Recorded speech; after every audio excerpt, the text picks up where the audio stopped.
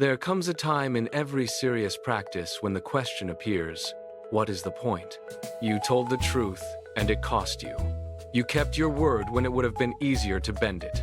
You chose restraint when appetite was loud. You acted with fairness in a situation that rewarded the opposite, and nothing got better.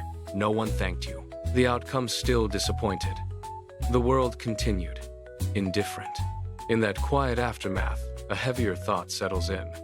Maybe this whole project of trying to live well is naive. Welcome. Today we are going to stay with that thought, instead of rushing past it. This is a conversation about the moments when virtue feels pointless, and what the Stoics can still offer us when the usual motivations fall silent. Marcus Aurelius knew this terrain. In his private notes, he returns again and again to the same struggle, the temptation to grow weary of doing what is right simply because it does not appear to change the people or the outcomes around him. He reminds himself that the work is not for applause, not for results, and not even for the feeling of being good. The work is for the sake of the ruling reason itself. That is a hard teaching. Most of us begin the philosophical life with mixed motives. We want peace. We want to feel stronger. We want life to go more smoothly. These are understandable desires, but they are also fragile. When peace does not arrive on schedule, when strength still feels intermittent, when life continues to be difficult, the motivation can collapse. The Stoics anticipated this collapse. They insisted that virtue is not a strategy for getting what we want from the world. It is the decision to become a certain kind of person regardless of what the world returns.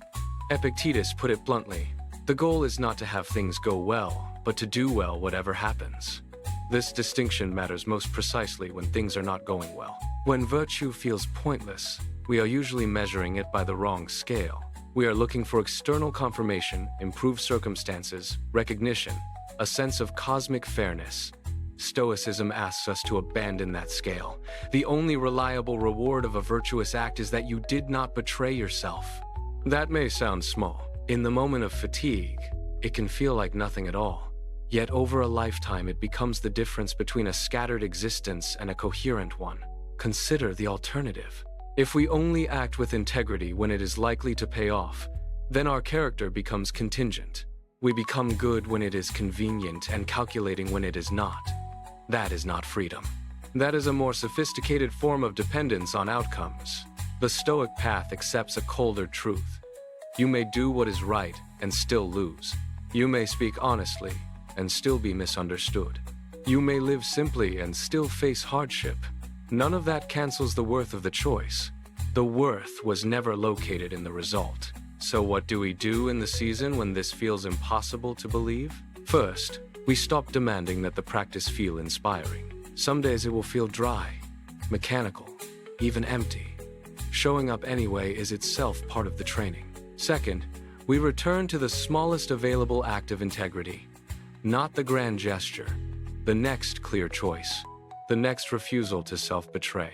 Third, we remember that we are not the first to walk through this particular darkness. The classical Stoics wrote from inside difficulty, not from above it. Their confidence was not the confidence of constant success.